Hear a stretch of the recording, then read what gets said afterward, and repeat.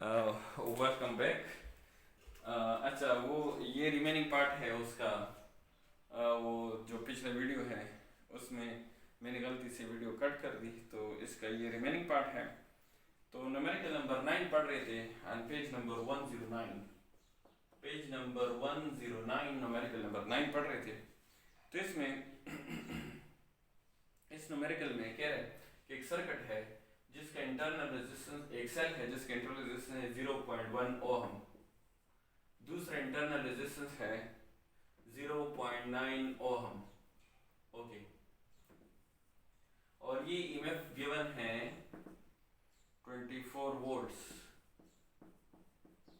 और ये EMF given है 6 वोल्ट्स, और ये रेजिस्टेंस गिवन है 8 ओहम। ओके, कह रहे हैं क्वेश्चन सुने। क्वेश्चन में कह रहे हैं कि इसका ईएमएफ इधर कितना ड्रॉप होगा, यानी टर्मिनल वोल्टेज इसका मालूम करना है। फिर इस ईएमएफ का ये जो वोल्टेज आएगा तो इधर कितना ड्रॉप होगा, यानी इस ईएमएफ का भी टर्मिनल वोल्टेज मालूम करना है। तो दोनों ईएमएफ का हमने क्या मालूम करना है, टर्मिनल वोल्टेज। तो हमें पता है फार्मूला क्या होगा, बताएं। ये हो जाएगा EMF1 = IR1 plus IR। Okay, that is the terminal voltage. तो E1 = IR plus V terminal, ये हमने मालूम कर रहे हैं। तो IR उधर शिफ्ट करें तो ये जाएगा EMF1 minus IR1 = V terminal. Okay, that is level equation number 1। ये हमारे पास आ जाएगी इक्वेशन नंबर 1। तो ये बताएं EMF1 है, EMF1 है, यस।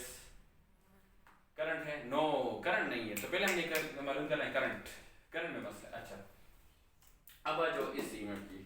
तो ये बताइए ये ईएमएफ कहाँ ड्रॉप होता है। ये ईएमएफ ड्रॉप होता है इंटरनल में और एक्सटर्नल में। तो चलो लिखो शाम, ये EMF2 ड्रॉप होता है इंटरनल में और एक्सटर्नल में। अच्छा, और एक्सटर्नल में जो ड्रॉप होता है इसको तो वी टर्मिनल कहते हैं। तो इसको मैंने कहा वी टर्मिनल, VT2। ओके, तो ये IR2 उधर जाकर क्या हो जाएगा, माइनस, ये हो जाएगा minus IR2 = V terminal T2। This level is equation number 1। Okay, वैसे कॉमन सेंस की बात है। ये बताएं EMF2 है, यस। करंट है, नो। करंट मालूम करेंगे। अच्छा, तो करंट इसमें भी मसला है और करंट इसमें भी मसला है। दोनों इक्वेशन में करंट मालूम करेंगे, पुटिंग करेंगे, आंसर आ जाएगा। तो सबसे पहले हमारा मसला ये है कि करंट मालूम करें। तो ये कौन सा करंट है, this current is called the total current. Okay, तो ये टोटल करंट है क्योंकि ये तीनों सीरीज में है। अगर ये तीनों सीरीज में है तो इसका मतलब है this current is the total current.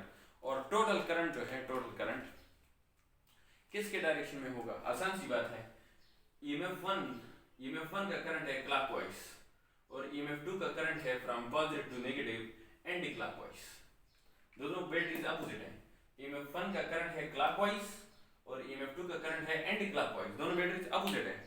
अब करंट किसके डायरेक्शन में फ्लो करेगा, EMF1 के डायरेक्शन में कि EMF2 के डायरेक्शन में। तो हमें तो पता है कि रिजल्टेंट करंट फ्लो करेगा बड़े की डायरेक्शन में, जो बैटरी बड़ी होगी। तो बड़ी बैटरी EMF1 है 24 वोल्ट्स, तो करंट फ्लो करेगा जो है क्लॉकवाइज इन द सर्किट। तो इसका मतलब है कि नेट करंट और EMF1 का करंट सेम डायरेक्शन में होगा। तो नेट करंट और EMF1 का करंट सेम डायरेक्शन में होगा। तो EMF1 का जो करंट होगा वो पॉजिटिव होगा। वो क्या होगा, पॉजिटिव होगा। और EMF2 का जो करंट होगा वो नेगेटिव होगा। EMF2 का करंट नेगेटिव होगा। क्यों नेगेटिव होगा, क्योंकि EMF2 का करंट जो है वो नेट करंट के अपोजिट है। Net current in the circuit clockwise है और EMF2 का करंट क्लॉक एंटी क्लॉकवाइज है। तो EMF2 का करंट जो है वो नेट करंट के अपोजिट है, तो इसलिए मैंने इसको माइनस लेगा। तो ये माइनस उधर जाकर जाएगा तो क्या हो जाएगा, प्लस हो जाएगा। अच्छा, और EMF1 का करंट पॉजिटिव होगा तो उधर जाएगा माइनस हो जाएगा। अच्छा, तो सबसे पहले हम मालूम करेंगे टोटल करंट। क्या मालूम करेंगे, टोटल करंट। तो देखें टोटल करंट बराबर होगा टोटल वोल्टेज। टोटल करंट बराबर होगा total voltage by total resistance. Okay, तो टोटल वोल्टेज पहले मालूम करेंगे कि ये कितना होता है। तो ये बताइए दोनों बैटरी सेम डायरेक्शन है या अपोजिट है। तो ये अपोजिट है। जब अपोजिट है तो दोनों माइनस होंगी, तो E1 माइनस E2। तो ये आ जाएगा 24 माइनस 6, तो टोटल वोल्टेज आ जाएगा 18 वोल्ट्स। ओके, टोटल वोल्टेज कितना है, 18 वोल्ट्स। अब मालूम करेंगे टोटल रेजिस्टेंस। तो ये बताइए तीनों सीरीज में है, अगर तीनों सीरीज में है, ये इंटरनल, ये एक्सटर्नल और ये इंटरनल सीरीज में है, तो सीरीज के इक्विवेलेंट का क्या फार्मूला है, R1 plus R2 plus R3। Okay, तो आ जाएगा 0.1 प्लस 8 प्लस 0.9, तो आ जाएगा 9 ओहम, ये आ जाएगा R इक्विवेलेंट। तो टोटल ईएमएफ भी आ गया, टोटल रेजिस्टेंस भी आ गया, तो टोटल करंट क्या आ जाएगा बताएं।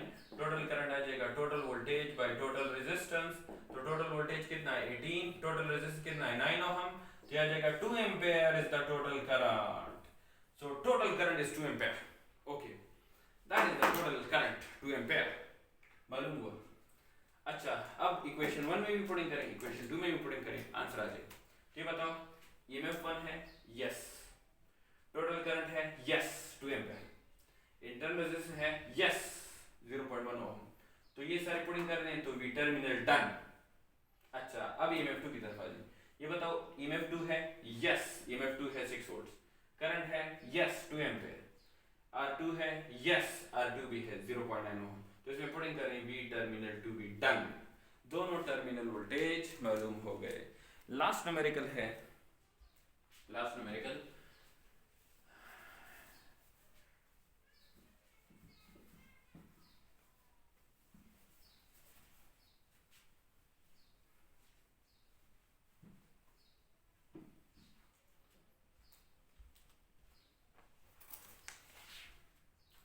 लास्ट न्यूमेरिकल है न्यूमेरिकल नंबर 10।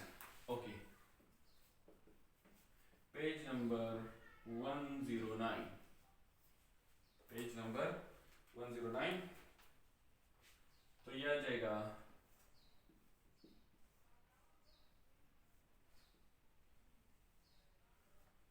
ऑफ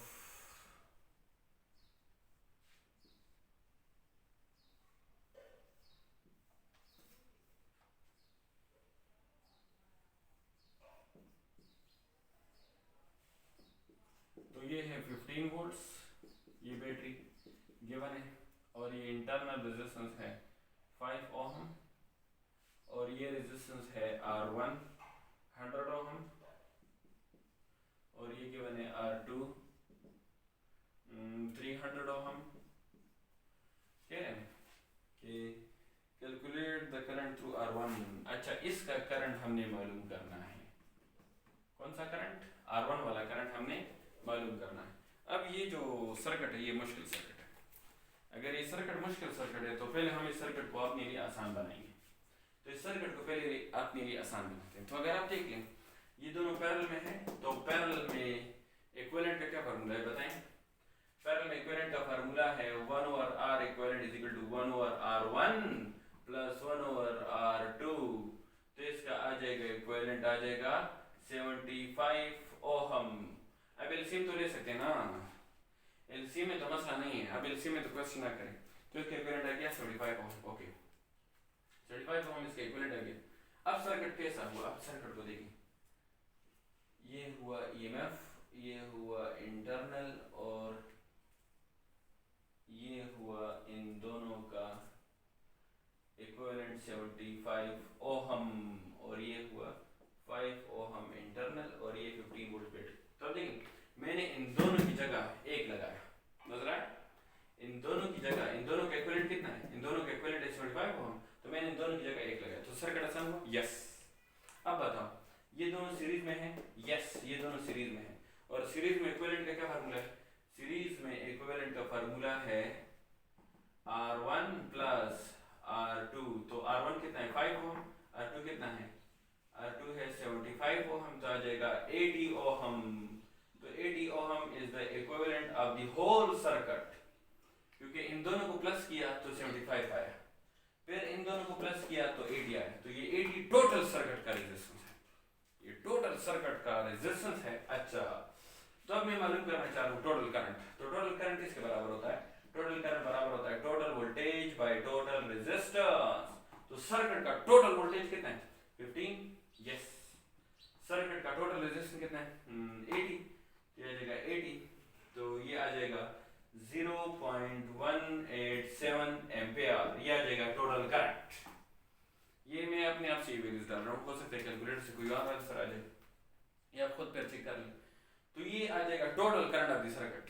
तो आप इस तरह करें, आप कहेंगे कि सीरीज में तो करंट सेम होता है, तो ये 0.18 एम्पियर इधर भी होगा और ये 0.18 एम्पियर इधर भी होगा, यानी 0.18 एम्पियर इधर भी होगा इधर भी होगा, क्योंकि सीरीज में करंट सेम होता है।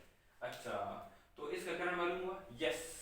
तो इसका करंट भी है, इसका रेजिस्टेंस भी है, तो इसका वोल्टेज आ जाएगा यस किस तरह, V = IR। तो ये बताओ इसका करंट है कितना, 0.187 एम्पियर और इसका रेजिस्टेंस 75 ओम। तो ये आ जाएगा 13.5 वोल्ट्स। ये आ जाएगा इसका वोल्टेज, इसका वोल्टेज मालूम हुआ कितना क्या, 13.5 वोल्ट्स। अच्छा, ये इसका वोल्टेज आ गया। तो अब क्या कहेंगे, आप कहेंगे कि इसके अंदर तो दो रेजिस्टर है, वापस आ जाओ, इसके अंदर दो रेजिस्टर है, ये दोनों, तो इन दोनों का टोटल वोल्टेज कितना है, 13.5 एम्पियर, 13.5 वोल्ट्स। तो आप कहेंगे कि इन दोनों का टोटल 13.5 वोल्ट्स है, तो ये दोनों तो पैरेलल में है, पैरेलल में वोल्टेज सेम होता है, तो इसका भी होगा 13.5 वोल्ट्स और इसका भी होगा 13.5 वोल्ट्स। दोनों का वोल्टेज हमेशा क्या होगा, बराबर होगा। तो ये बताओ दोनों का वोल्टेज मालूम हुआ? यस। अगर दोनों का वोल्टेज मालूम हुआ तो इसका करंट मालूम कर सकते हैं। तो देखिए करंट = V/R, तो इसका करंट = इसी का वोल्टेज और उसी का रेजिस्टेंस, तो उसका वोल्टेज कितना है,